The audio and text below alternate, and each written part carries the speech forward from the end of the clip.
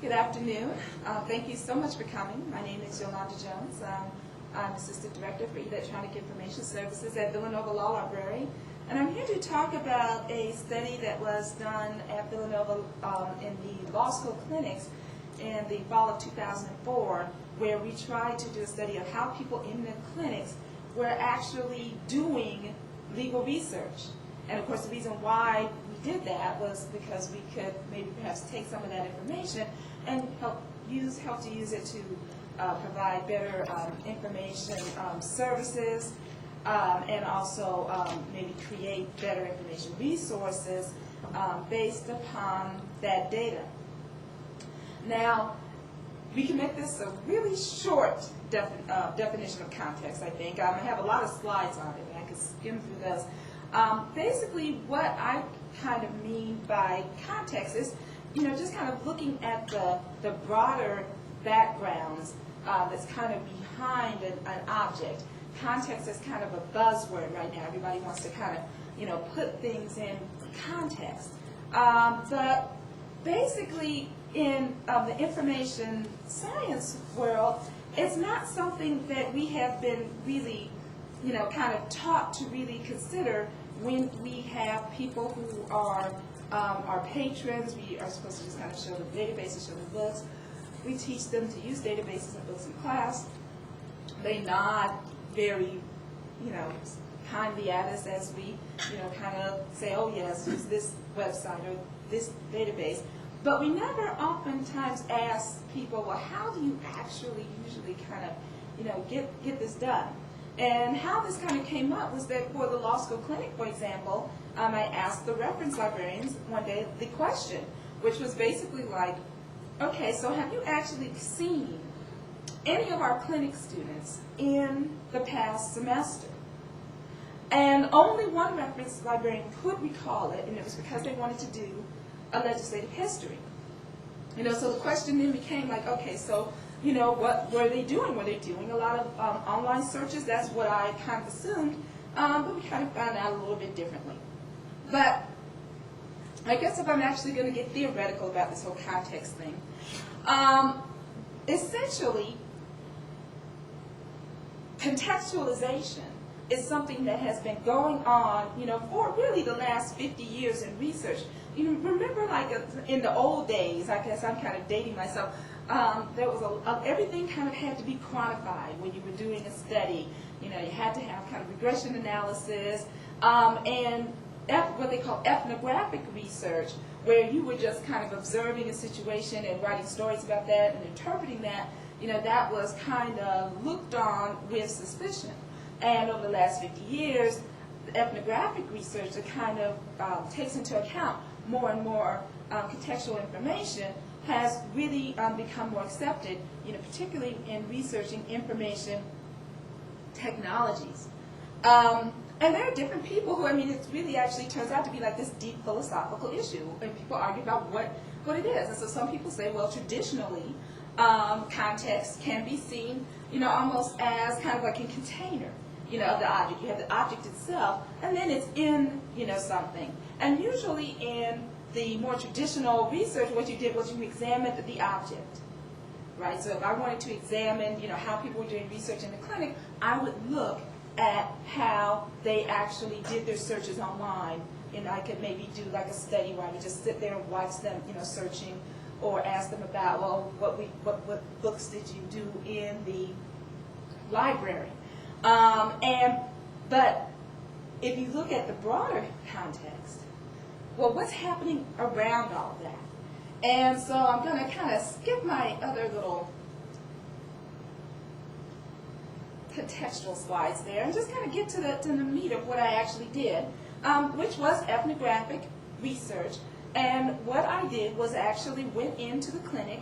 Beth Wyan, who is the head of the Farm Worker Legal Aid Clinic at Villanova, allowed me to actually sit in on meetings that she had with her students, usually, ongoing throughout the course of the semester. I really only, because I was actually working at Villanova too, so I really could only sit in on, a few sessions during the summer and a few during the fall, but overall around 20 different sessions I kind of sat in on different clients. In addition to that, what the clinic did was gave me access to their files. And that really turned out to be the key of kind of figuring out what they actually did. Because in the files, the students were supposed to put in all of the important research, all of their client communications, all of their memos, everything that they, really did was supposed to go into these files. And looking through the files and looking through how email communications and things like that, that's what actually gave me kind of clues to what was going on. I mean, I did actually look at them searching Lexis and Westlaw. I had them specifically search Lexis and Westlaw, but in follow-up interviews, many of them told me, quite frankly, if I had not specifically scheduled a session for them to search Lexis and Westlaw, they would not have done it. They wouldn't have done it. Okay, which then left the question. All right, nobody's seen them in the library? Okay.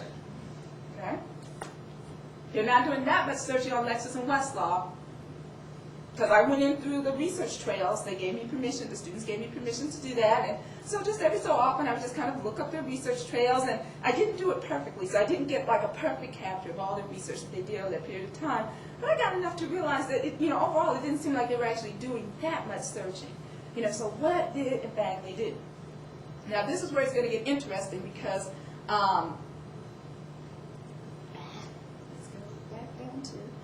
because what I wound up doing was putting links into this PowerPoint slides to a website that has the documents on it, but apparently this trusty little computer they provided me with is having a bit of a problem, so we're going to see how far we get with some of the examples.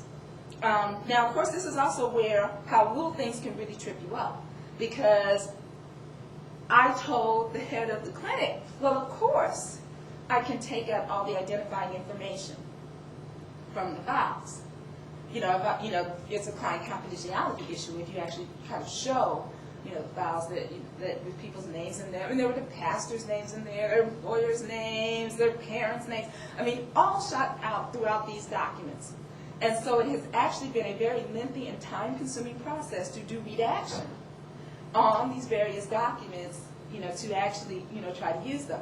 But the documents that I'm going to show you come from a couple of cases.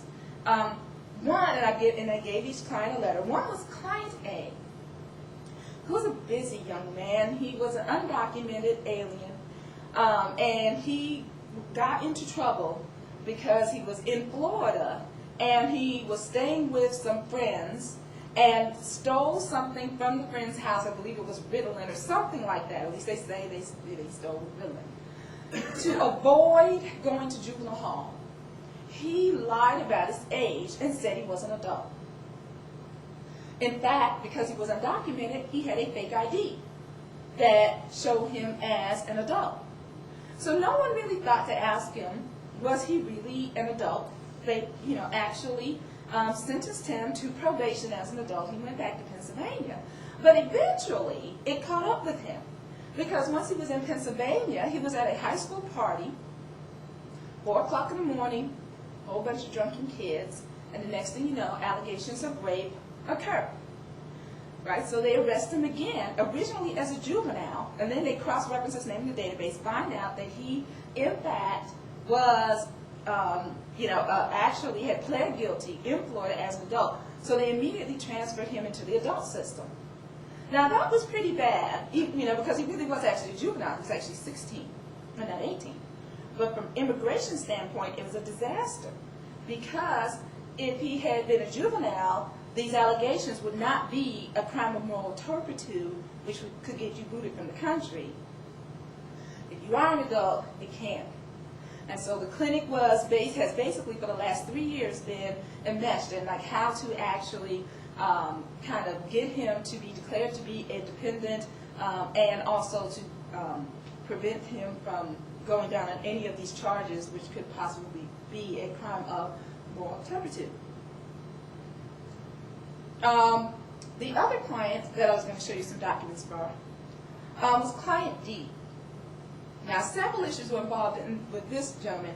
There was a husband. He got a green card, but none of the rest of his family had a green card. I think there was one child who was born in the U.S., so he was actually a citizen. But the rest of the family, now they want to try to naturalize them. This person had various tax issues, and to top it all off, they happened to be living on a prime bit of real estate near a candy factory, and the candy factory wanted that land. The landlord refused to sell, so the candy factory went to the county and then invoked eminent domain against the landlord to get that land, so that, the family had to clear out. So there were whole bunches of, legal issues like this. And I think that actually, in a way, both of these were kind of complex cases, but oftentimes that's the type of thing you really get in real life. You might have like one kind of super duper complex case that kind of drags out, or you may have like, just a whole bunch of little issues. And I guess I'm going to have to break out of my PowerPoint slides now and actually do this extraneously because of the technical difficulties. And I suppose I should have known that the person was right who earlier in the conference says friends should not let friends use PowerPoint. It really, just sometimes get to be problematic. So what I'm going to is a website that's passworded right now because the people from the clinic are actually going to go through and check to make sure that the client identifying information is actually out of there before they let the data kind of become public, and I hope that they will. But let's actually go and take a look at some of these client stories. And you can basically see what I kind of did, where I have transcripts of the different meetings and observations that I made. But then in each meeting, they would talk about more than one client. And what I tried to do was to actually come up with, for each client, just kind of a narrative, just kind of taking a summary of all the different meetings and what they did.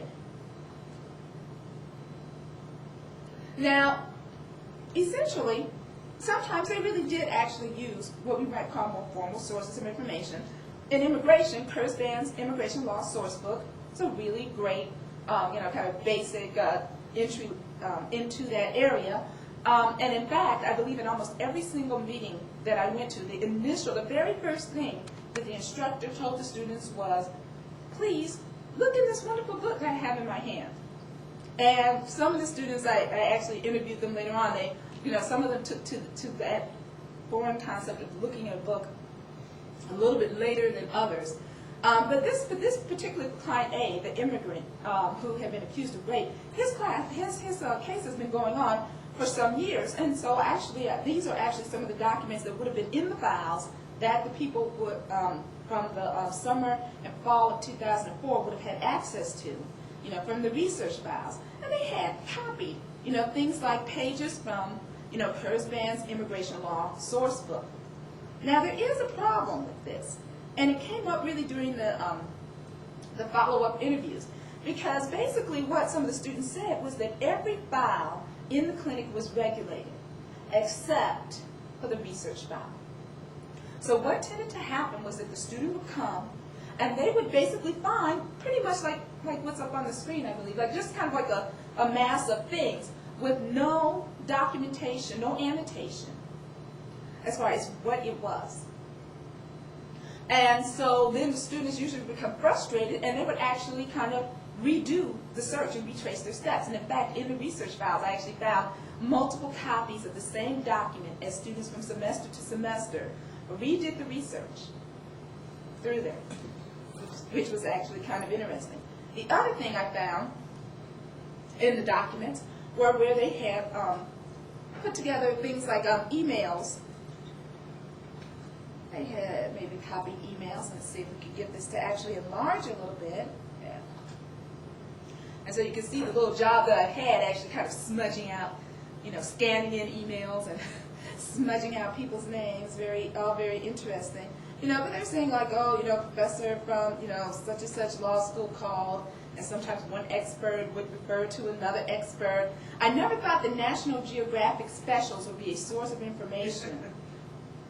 But in fact, there was an email in there. Let's see if I can get this one to enlarge a little bit, where they actually were talking about, the fact that there was a National Geographic special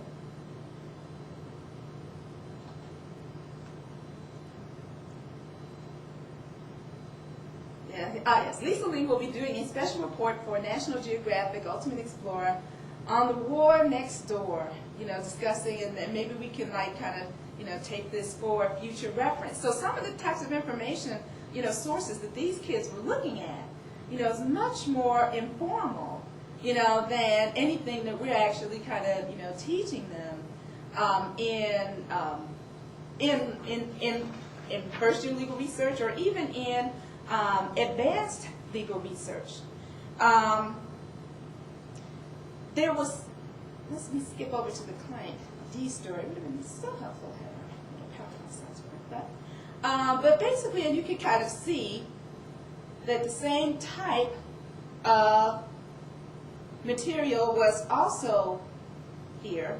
But what I'm actually looking for here is something called a defense removal checklist, because apparently, these people actually kind of have like these strong, kind of social ties with different groups that are outside of the school, various aid societies and such like that, and they kind of would pass information to and from one another.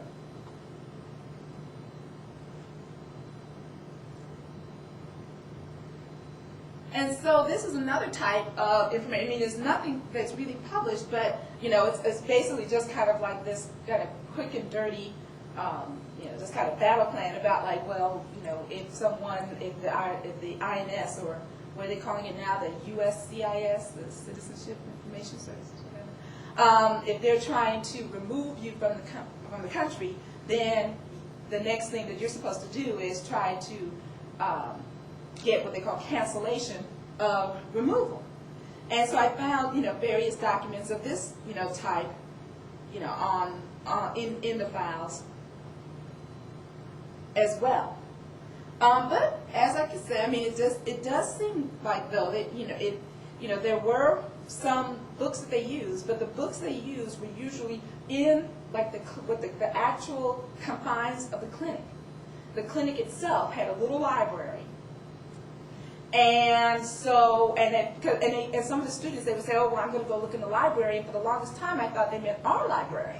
And then in the follow-up interviews, I said, well, none of the librarians ever saw you in the library, so which library did you mean? And they was like, oh, well, the little clinic library. And the clinic library was like 3 shelves of books in one of the interview offices. But it had, just some of the basic texts, immigration law or workers' compensation law or what have you in there. Now, the students also said that they used the web a lot, as a source of information. In fact, one time, somebody had told them about a citation. They could not find it in Westlaw. They went to Google, typed in Google, found the reference, and then with that information went back to Westlaw, I guess, to pull the West Reporter image of the case. So there's a lot of back and forth between actually Westlaw, and things like Google, where they went to like web pages like this one is from the Bureau of Citizenship and Immigration Services, the USCIS web page. And you can see that basically in some instances the extent of their annotations was just to maybe, just kind of circle something that the next student coming along, really, actually had no clue whatsoever, about. And once again, it's nothing that we ever teach, them. We do a session in the clinic about, oh, well, these are, kind of like the basic sources that, you might want to use for taxation or immigration or workers' compensation. But we never go through with them, what do you do with this information once you found it, so that you can kind of communicate this over time, with your instructors, with your partners. And so basically there's a lot of, that we found out that we can really use to kind of adjust, what we're kind of teaching them, in these classes. Now, the other thing that we found out was that the way they were really getting their research done was for the most part by asking experts. The instructor would oftentimes know someone who would probably maybe have an answer to the problem. And usually what she would say is, because I sat in a few of these meetings, was, well, why don't you go and do a little bit of research first so that you know what you're talking about, and then call expert X. Apparently, the do a little bit of research part sometimes fell apart. Sometimes they would go and look back through the research files and get some information that way. A few times they would actually do like a Lexis and Westlaw search. But I did get the feeling that sometimes they would actually just go and call the expert. In one meeting, one of the students literally said, "Oh yes, we found out about this great expert. He's written Article X. So we're going to call that expert." And then the other student, because they worked in pairs, said, "Yeah, I guess maybe we should read that article before we make the call." And then the other students were like, "Yeah, that might be a good idea." So I was like, okay, so it's very kind of interesting the way this happened. And sometimes that collaboration, with these experts turned out to be a good thing. And sometimes the collaboration with experts actually turned out to be a very bad thing indeed. And so I'm going to kind of go through and see if I can pull the examples for both of these things. All right, then. So the good thing. In the client A case with the student who was the immigrant who had been accused of rape, at the end of the summer of 2004, things looked pretty bad for that student, because there was one student who intern who actually did do a fair amount of Westlaw searching, and everything that he could find really seemed to indicate that once this student, or once this young man had pled guilty as an adult in Florida, there was really nothing that could be done, in terms of Pennsylvania. Pennsylvania, many states will just kind of like, well, the first place you plead, whatever your status is at that time, that's just the way it is. And so they were just kind of saying, well, once an adult, always an adult. However, immediately the instructor said, we've got to really try to be sure. Let's start calling around and seeing, what we can actually find.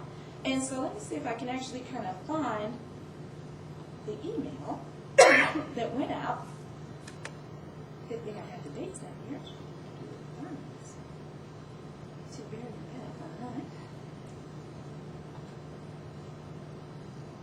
Oh, this is going to be very interesting.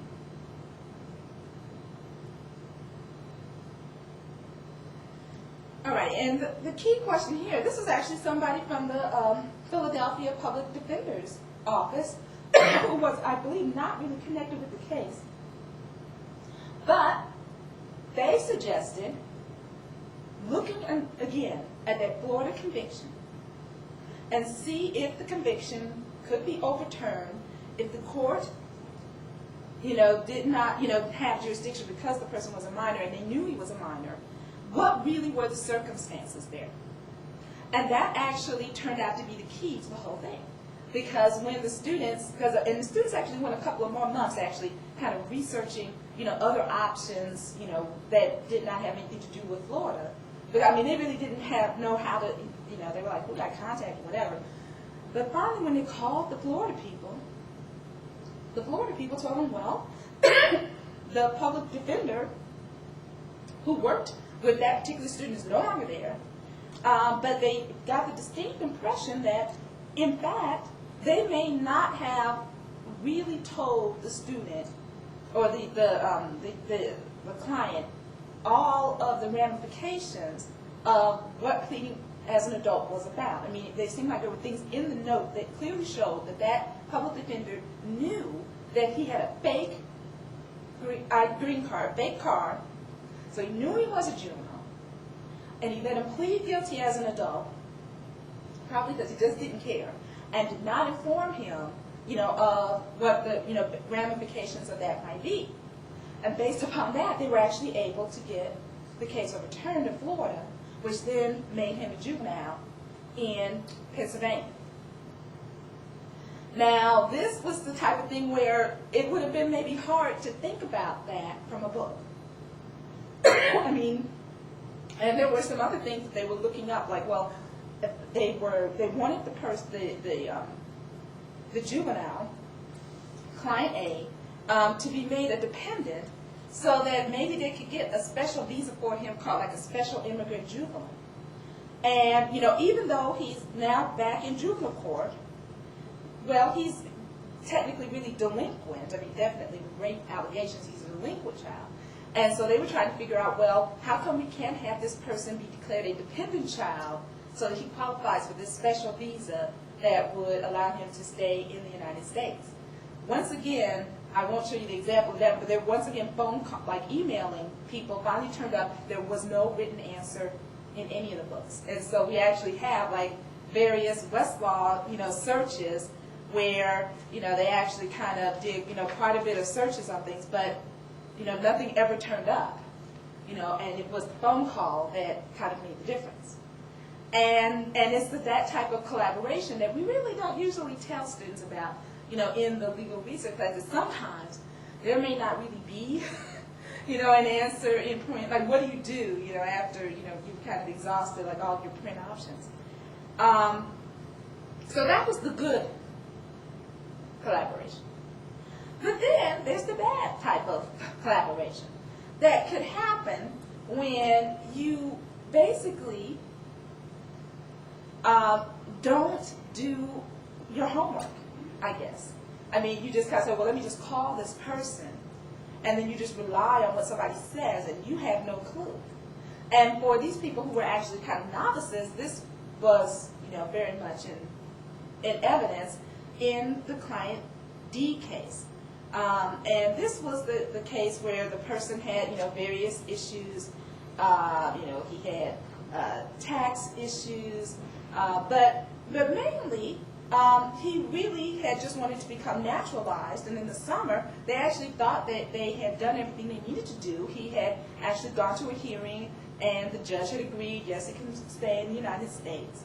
But apparently what they did not do was, I guess, a little bit of follow-up homework about what they were actually supposed to do, what paperwork they were actually supposed to file with the INS to make sure that he could actually go and get his green card. Because when he went and tried to get his green card during the summer, he was refused. And so basically then, various letters and emails went back and forth. So let me kind of pull up this little interesting email where I was like, wow, this gotta hurt. Because sometimes the experts were like, what are you doing? Who told you that, and why didn't you kind of look it up? So sometimes there could be kind of an over-reliance, on experts. So let's see if I can pull up this one.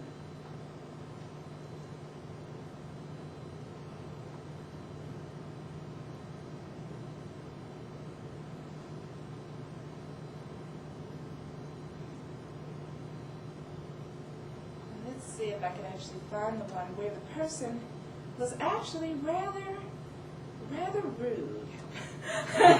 So let's see. Maybe it's underneath. Yes, Expert 88.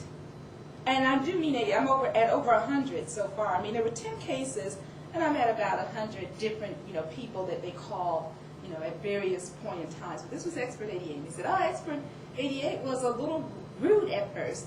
He asked me whether the order was appealed, and I told him that to my knowledge it was not. He asked me how I made that assumption, and I tried to explain to him that I signed the case in August with the understanding that the judge's order meant that he was a legal resident. I had a limited knowledge of immigration law. Again, he asked if it were appealed or not, and I said it was not to my understanding. He said that he was asking me to do some intelligent legal analysis, and I told him that I was not trying to avoid it, but I did not have an understanding of what he was asking. And at this point, it kind of goes back and forth. And, and eventually, because he started asking these questions, like, well, who kind of told you that? But how much would it have taken them to come to the library, and look this up, in, an immigration treatise, or even go on the website for the USCIS, like the former INS website? Clearly, they probably would have had, that procedure written out. But it never even occurred to them to even ask the question. And so, so that's why I said, well, sometimes, and I know that the reason why they did that probably is because they had a lot of things going on, and they it was probably less effort to just kind of accept, what someone had told them. But it's the type of thing where, not realizing, I had no idea when I was actually teaching, this session to the farm workers clinic about the various sources. I just had no clue that they were just kind of nodding their heads and not paying any attention, to what I was saying whatsoever. And so maybe just kind of acknowledging, just the realities of what they're actually doing, but then just kind of gently trying to nudge them back to, at some point though, you do have to look things up. It's something that, it's just a change that I might need to make in, how I actually, teach that class. And in fact, a question has come up. I think it's not particularly with, with this case, perhaps another case, but the same two students. They relied very heavily on what other people said. Another group of students came in during the spring of 2005. I did not observe them, but I did look through the files and look at some of the documents that they had written, and they truly believed that these two students had committed malpractice. In some instances, like in another case, they let the statutes of limit. They didn't think about the statutes of limitation issue. They just called a few people, whatever. It was the one where they said, gee, maybe I should read that article that expert wrote. Okay. And so then there's an ethical issue there, I guess, about like whether we ever tell the client that this issue actually kind of exists. But basically, but the issue really kind of, I guess I can kind of skip back to the PowerPoint slides now, since I'm, kind of comes back to things like, as far as that are connected to kind of how people actually do their law practice. It's not something that we deal a lot with in the law school, because usually we're just teaching one else about like how to do the research for their appellate briefs, which are much more kind of formal, type of thing. And these kids were kind of writing motions or writing complaints or filling out forms or looking for court rules. But once again, one of the things that, or at least what I've come out of it with, is that what I'm going to be adding to my own research classes is how do they actually kind of deal with, their own research, so that they don't come into a situation where they come back to their research and they say things like in the meetings transcripts like, this is hopeless, this file's a mess. Many of them actually made their own files of things so that they could find things, which then meant that the problem became geometrically worse over time, because each student would have, like you would see, like separate little files kind of running throughout there, with the materials in them. I guess there is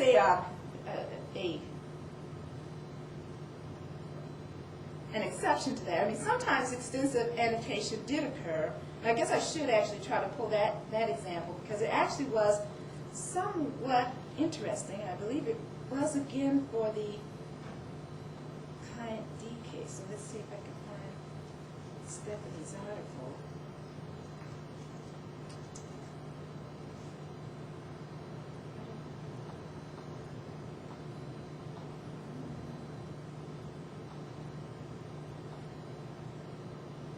I must admit, this one was kind of interesting if it were open, because one student really actually did make an effort to annotate the document. And so what I did was I actually tried to scan this one in color. So you could see, what they actually, what she actually kind of did. So I can't say that what they did with their research files were all bad, because this particular student, I mean, they specifically put together a method so that they found an article that they liked. They would actually go through and try to annotate in the margins about what happened. They would put it in a research file so that when their partner would read it, they would actually know, kind of what was going on. And so here they're talking about, well, when would an adverse action be, unconscionable and, such like that. So some good things actually did happen with the research files, but essentially, they really did seem to think that once they had gone through that research file, gone to the books in the clinic library, and talked to experts that had been provided by the instructor, that that was kind of all they really kind of needed to do. And so the library, really was kind of a last resort. And basically, the only time I really saw them up there, because at one point I just kind of like near, the end of, beginning of November, I just kind of cut things off. And I said, okay, well, that's it, claim victory, have a good, time. I just want to see what would actually happen. Because the question did occur, well, maybe they weren't coming to the library because I was down there, and they just felt safe that I was down there. And so sure enough, eventually, one of them did come back to the library, but it was because they had called an expert. He had given them information that they did not agree with. And so now they were trying to go back to the library and to actually try to find the books and actually look up this so that this would actually make sense to them. And which is kind of interesting because one of the major information behavior models is called sense making, by Brenda Durbin. And in fact, one of them said, oh yeah, this, just does not make any sense. So then all of a sudden, they're back to the library. But in fact, I think what the expert was trying to tell them though was that they had missed the statutes of limitation issue. Yes, these were the very same girls who, somehow just, did not want to read a book. So basically, it's not like this really kind of brought up anything that was really necessarily new. But I guess I was really kind of, just kind of surprised, by the amounts of information that they got that was just informal in nature. But like I said, there was some information where it just could not be solved in a book. Some people truly tried. And I don't know if this is actually going to work or not. There we go. But for example, this with client A, the person who he was a dependent, we wanted him to be a dependent, but he had already been declared delinquent. And how can the person be both a delinquent and a dependent child at the same time? Apparently this is an impossibility in Pennsylvania. Turned out a phone call finally found out why that is because of judicial efficiency. They, just usually just assign it to one system or another.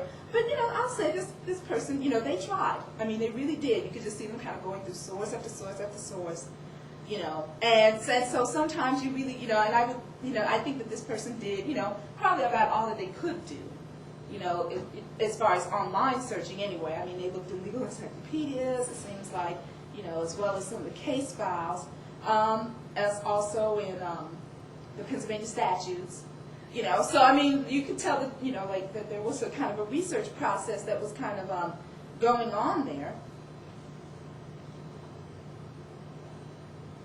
But at the end of the day, near the end of the semester, they finally just had to, they threw, that particular one, kind of threw in the towel too, and turned to the expert who actually came up, with the answer, which is that you'll never find it in print.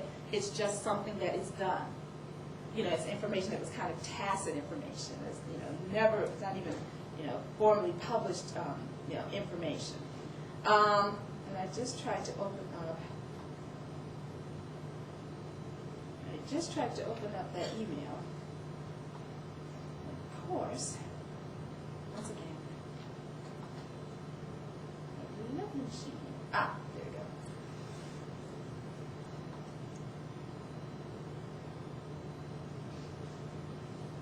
Yeah, I mean, so, and basically said, well, this practice is merely based on policy. The Juvenile Act doesn't really call for this procedure. So, I mean, so in a sense, when you're actually doing research, there may really be those types of things like, or as one law professor put it, well, what do you do when there is no law?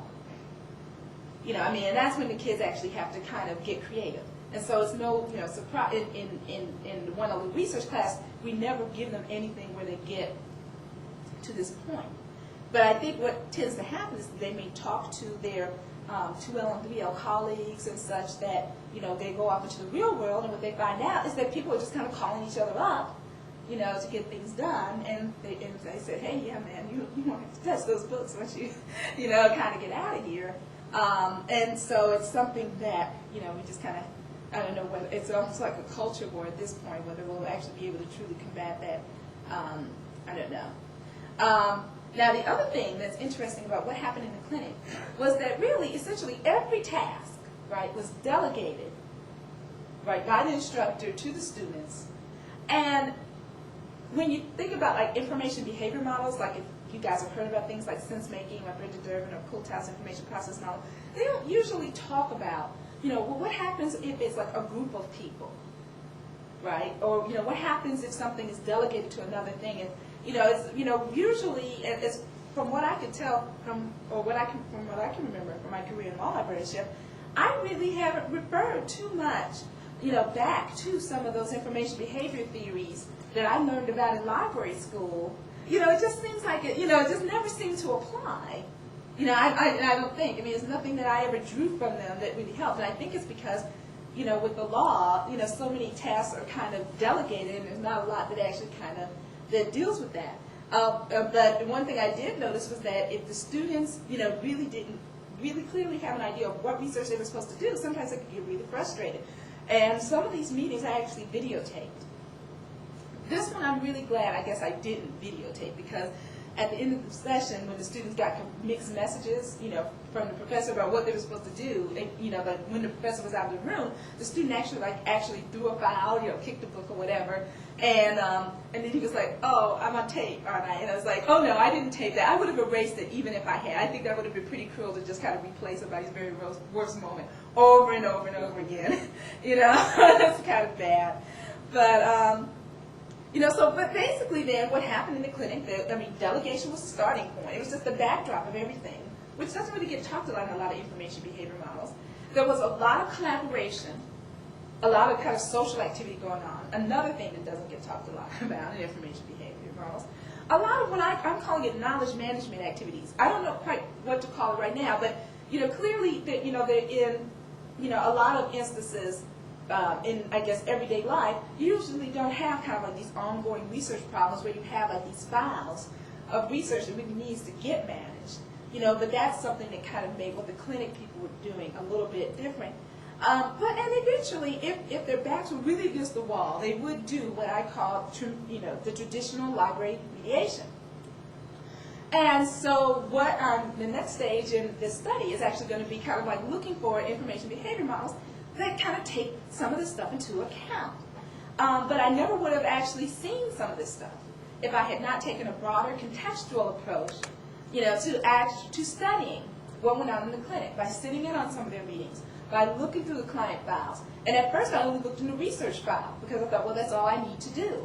And then when I finally realized, oh, they're actually emailing people, then I wound up actually having to go through like all their other files, to look for email communications that finally kind of started to reveal how they were actually, doing their research, or what the research process actually was in the clinic. So I guess I'll just kind of stop it there, but I just wanted to just kind of show you a few examples from it and some of the lessons that I've learned from it, and I'll ask if there are any questions. Yeah?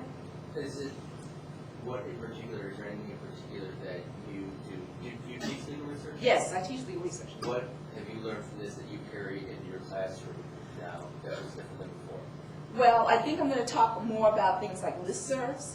That's another thing that information came out of, which another example I should have shown you. But there were a lot of times where if there was no one available who was close by that knew, then they would find somebody who was on a listserv and have them ask the question. I guess a lot of legal listservs, you actually have to be a lawyer or something like that to be on them. So they would actually, the students weren't on the listserv, but they would ask somebody who was on the listserv, to post the question, that type of thing.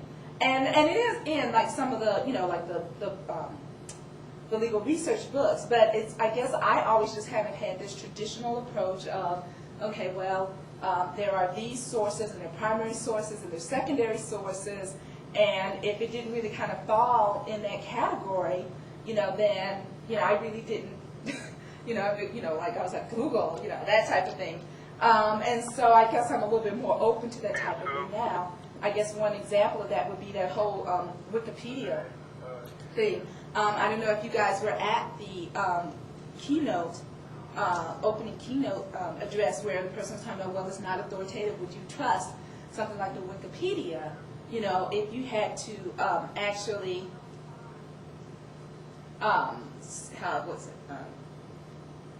heal your child's leukemia. Yes. But one thing that I did think about when I thought about that Wikipedia was that, yeah, it is kind of a very non-authoritative source because you have no control, you know, over what's in it. But there is one thing, you know, that the Wikipedia has that a lot of these other encyclopedias don't, even the ones that are currently online. And I would say that that is context. I mean, if you look at a Wikipedia article, almost every word in there is hot linked to some other content on that site, so that if they want to go deeper into almost any word, you know, they can. And I'm actually going to go to the one on legal research because I wrote one. The law school is currently actually hosting this is one I wrote. I wrote this one, actually, it's really legal research from the point of view of a layperson. And I wrote it for a group of students who are currently at Villanova Law, who are actually undergraduate pre-law students who are doing a kind of 5-week introduction to the law course, you know, at Villanova. We're hosting them in the dorms and that type of thing. And we're actually teaching them a legal research class each morning. So I'm actually taking a couple of days out of, you know, that schedule to kind of do this. But there's something to be said, you know, for the fact that, you know, when you have sources like this, you could just kind of click on Westlaw, you know, and I don't know who wrote this Westlaw thing. But the information actually did seem to be, you know, rather good. Someone else wrote something on the American Digest system, and basically there I had to kind of go in, because it's a really democratic system. You can click on edit this page and actually make changes to it, and I did. I actually added in a link to a article by John West called The Multiplicity of Reports, you know, adding in a little bit more information. And I'm actually going to ask my entering 1L students in my classes anyway, you know, to kind of read this. But it did take work because I started clicking on various links, and I'm, you know, just reviewing what information are they going to see, you know, when they, you know, is this, you know, once they start getting going in there and actually clicking on some of these links. And I would urge you guys to go to wikipedia.org and type in legal research, and if you think that, you know, something in there could be improved upon, you know, feel free to edit. I have, you know, the original version of this article on my own, you know, web server or whatever, and you just click on edit this page, and just by looking at this page, you will see all the different little codes of stuff that you need to do. Because basically, if you put double brackets around a word, that will automatically search for a Wikipedia article on that topic. So that's how they're putting in the hot links to the Wikipedia topics. If you put a single, you know, there's certain things in here that could put, bold or italics, but usually if you highlight and just kind of click on these little things up here, you know, you could get that far. These little triple and double equal signs, those put in subject headings. So 2 equal signs, the top heading, 3 equal signs, the next heading down. And I bring this up because we've been talking about kind of things like in this whole conference about putting things in context, open source, and you know, I guess what I've learned from, you know, this little exercise in looking at how the clinic students do research is that, well, maybe I need to be a little bit more flexible in terms of the types of information sources that I'm providing. And maybe Wikipedia will be more authoritative if more people who are authorities actually, you know, put things in there. And so I guess that's my, you know, kind of, you know, challenge to you. It's like, well, you know, on the one hand, it's like, yes, we can always keep preaching to them, read the books, read the books, read the books, you know, but maybe we need to also kind of come to them a little bit, and you know, and literally there were students who, you know, told me, you know, well, I think outside the study, oh, I've looked into Wikipedia, but I didn't find anything, so now can you help me? And I'm like, Wikipedia? What are you, you know, what are you doing? So anyway, this is all, any other questions? Yeah. have questions, I have comments. Yes. One is in fact about Wikipedia, is about the trust-based thing. Yeah. There are ways which are efficient if you use modern technologies to add trust. Basically the simplest thing is to, which Wikipedia does not yet do, which is to have judges pick randomly from the readership who judge the quality of something. Oh. And then you may have to have people judging the judges and so forth. But that's one of the big problems with Wikipedia and that you hit upon. And it is a solvable problem, but it's not yet been solved. Second thing Can I is, throw that for 1 second? yeah. All right, so I'm doing a presentation for Wikis at ALLC. Okay, I awesome. understand that there's a huge trust issue with Wikipedia, but we also tend to sort of forget that the same trust issue exists with our moderated resources as well. So, you know, we've got things that come out of Oxford, for example. I think a few months ago we got a huge biographic resource. It was 12 volumes. And we had a lot of people edit this and be involved with this. They're supposed to be experts, including this kind of resource. Well, the experts in every single person in the biography started to read it and say, this is wrong, this is wrong, this is wrong. That can't be instantly corrected. Something like Wikipedia can be. Of course, it can be vandalized, spammed, and Yeah, and I mean, the thing is that if you have someone like Oxford, the Oxford acts as a trust-building institution, and if they fail to do that, it's much harder to change. Now, if you have something like Wikipedia, at the moment they've fixed the vandalization of individual people, because you can only make certain edits, but it doesn't deal with vandalization or attack by organized groups, which may be businesses, or may be foreign military, may have $100 million a year, may have PR to a budgets. certain extent, but it's also trying to deal with that as well, more than other things as Well, well. I know. Occasionally you'll come across a page in Wikipedia which is identified as controversial. The information here is not necessarily accepted by all experts, which I like.